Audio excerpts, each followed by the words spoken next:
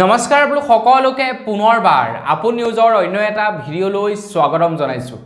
বৰ্তমান সময়ত বজাৰত প্ৰত্যেকবিধ সামগ্ৰীৰ দাম বৃদ্ধি পাইছে। আপোনালোকে কোনবিধ সামগ্ৰীৰ দাম ক'ব? প্ৰত্যেকবিধ সামগ্ৰীৰ দাম বৃদ্ধি পাইছে বৰ্তমান সময়ত বজাৰত। কি আপোনালোকে চাউলৰ কথা ক'ব, কি আলুৰ কথা ক'ব, কি পিয়াজৰ কথা ক'ব? সকলোবিলাক বস্তুৰে সমান্তৰালভাৱে দাম বৃদ্ধি পাই গৈছে। এতিয়া আমি পাৰ্চেন্টেজ ওয়াইজত যদি চাবলৈ যাওঁ তেনেহলে আলু আৰু পিয়াজ এই দুটা বস্তুৰ আটাইতকৈ বেছি দাম বৃদ্ধি পাইছে। এতিয়া আলুৰ কেজি যোৱা মাহলৈকে 20 টকা আছিল, এই মাহত 40 টকা প্ৰতি কেজি, মানে 100% দাম ইনক্ৰিজ হৈছে। গতিকে পাৰ্চেন্টেজ ওয়াইজত যদি চাবলৈ যাওঁ আলু আৰু পিয়াজত এই দুইটা বস্তুত বহুত বেছি দাম বৃদ্ধি পাইছে। কিন্তু বাকিবিলাক বস্তুবিলাকৰ কথা যদি আমি চাবলৈ যাওঁ দাম বৃদ্ধি পাইছে, কিন্তু পাৰ্চেন্টেজ ওয়াইজত বাৰু ইমান বেছি দাম বৃদ্ধি পোৱা নাই।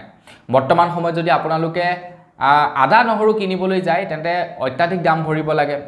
আদা আই থিংক বৰ্তমান সময়ত 320 টকা মান কেজি, নহৰু ঠিক তেনেকৈ 320 টকা মানেই কেজি হৈ গ'ল।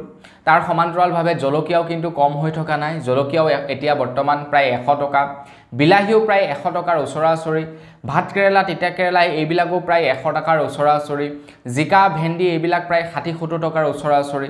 মানে প্ৰত্যেকবিধ বস্তুৱেই সমান্তৰালভাৱে বৰ্তমান সময়ত মাৰ্কেটত দাম বাঢ়ি গৈছে। চাউলৰ কথাটো নকওঁৱে, আৰু যিটো বস্তু নেকি আমাক দৈনিক প্ৰয়োজন হয় সেই বস্তুটো সাংঘাতিক দাম। আমি আলু পিয়াজ তেল আদা নহৰু এইবিলাক নহলেও চলি যাব পাৰোঁ, কিন্তু চাউলটো নহলে আমি চলিব নোৱাৰোঁ। গতিকে চাউলতো অত্যাধিক দাম বৃদ্ধি পাইছে। সেইটো মই আপোনালোকক আৰু বিশেষকৈ নুবুজালেও হ'ব। আপোনালোকে যদি বজাৰ কৰে তেনে নিশ্চয় আপোনালোকে জানে। হয়তো বহুলোকে নাজানিব পাৰে, বহুলোকে হয়তো নিজে বজাৰ নকৰে, বেলেগৰ ফটোৱাই বজাৰ কৰে।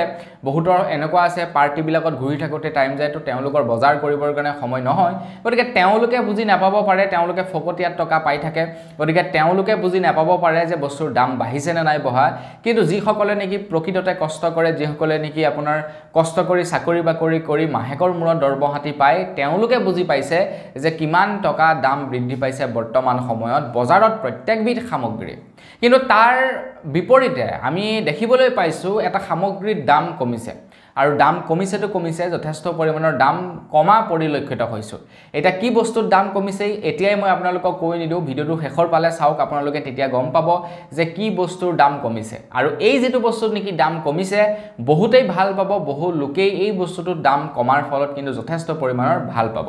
এটা আপোনালোকক মাত্ৰ হিণ্ট দি থৈ যাওঁ, মানে আপোনালোকক এটা ক্লু দি থৈ যাওঁ যে এই সামগ্ৰীবিধৰ পৰা আমাৰ অসম বুলি ক'লে বেয়া হ'ব, গোটেই ভাৰতে হয়তো আটাইতকৈ বেছি টেক্স মানে ৰেভিনিউ জেনেৰেট কৰে, আটাইতকৈ বেছি ৰেভিনিউ পায় এই সামগ্ৰীবিধৰে পৰা ভাৰতৰ প্ৰত্যেকখন ষ্টেটে।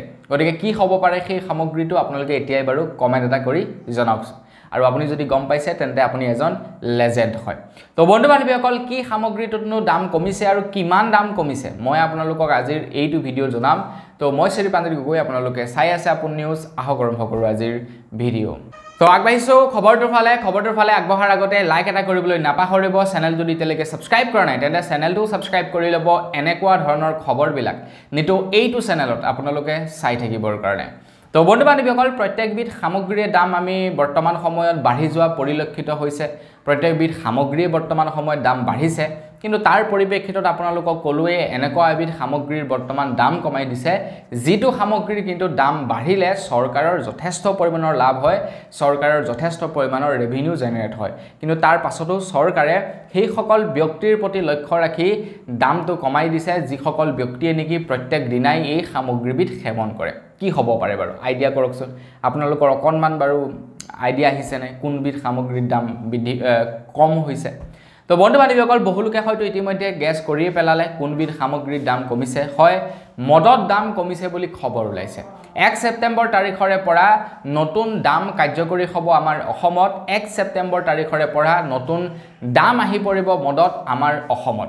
এতিয়া কোনবিধ মদত কিমান দাম কমিছে এই সন্দৰ্ভত এইটো ভিডিঅ'ত আপোনালোকক জনাম।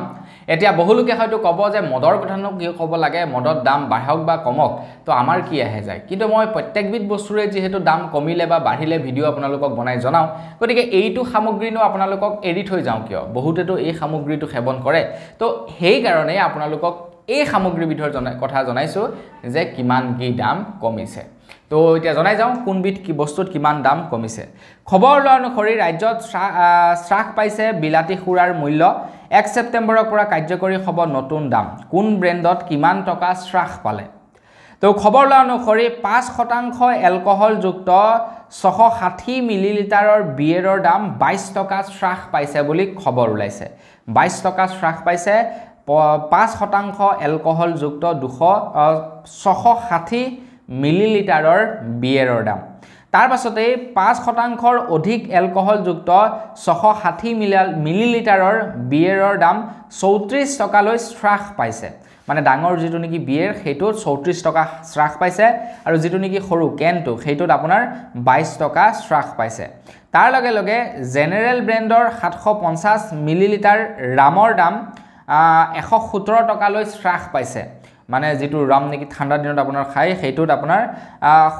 117 টকালৈ দাম হ্ৰাস পাইছে 750 মিলিলিটাৰৰ তাৰ লগে লগে ৰেগুলাৰ ব্ৰেণ্ডৰ 750 মিলিলিটাৰৰ উইস্কি জিন আদিৰ দাম 144 টকালৈ দাম হ্ৰাস পাইছে বুলি জনাইছে উইস্কি তাৰ পাছত জিন এইবিলাকৰ দাম তাৰ পাছতে ওলাইছে লাক্সাৰি ব্ৰেণ্ডৰ কথা তো লাক্সাৰি ব্ৰেণ্ডৰ 360 পৰা 500 টকাৰ ভিতৰৰ 750 মিলিলিটাৰৰ ব্ৰেণ্ডি হুইস্কি জিনৰ দাম 166 টকা হ্ৰাস পাইছে মানে যিবিলাক নেকি অকমান দামী ব্ৰেণ্ডেড হয় সেইবিলাকৰ দামটো অকনমান বেছিকৈ কমিছে 166 টকা দাম হ্ৰাস পাইছে তাৰ পাছত লাক্সাৰি ব্ৰেণ্ডৰ 350 পৰা 500 টকাৰ ভিতৰৰ 750 মিলিলিটাৰ ৰামৰ দাম 166 টকা ৰাম মানে লাক্সাৰি যেটো নেকি অকন দামী ৰাম হেটোৰ দামটো 166 টকা কমি গৈছে তাৰ লগে লগে এলিগ্ৰেণ্ট ব্ৰেণ্ডৰ 500 পৰা 700 ভিতৰৰ 750 মিলিলিটাৰ ব্ৰেণ্ডি হুইস্কি জিনৰ দাম 214 টকালৈ দাম হ্ৰাস পাইছে বুলি জনাইছে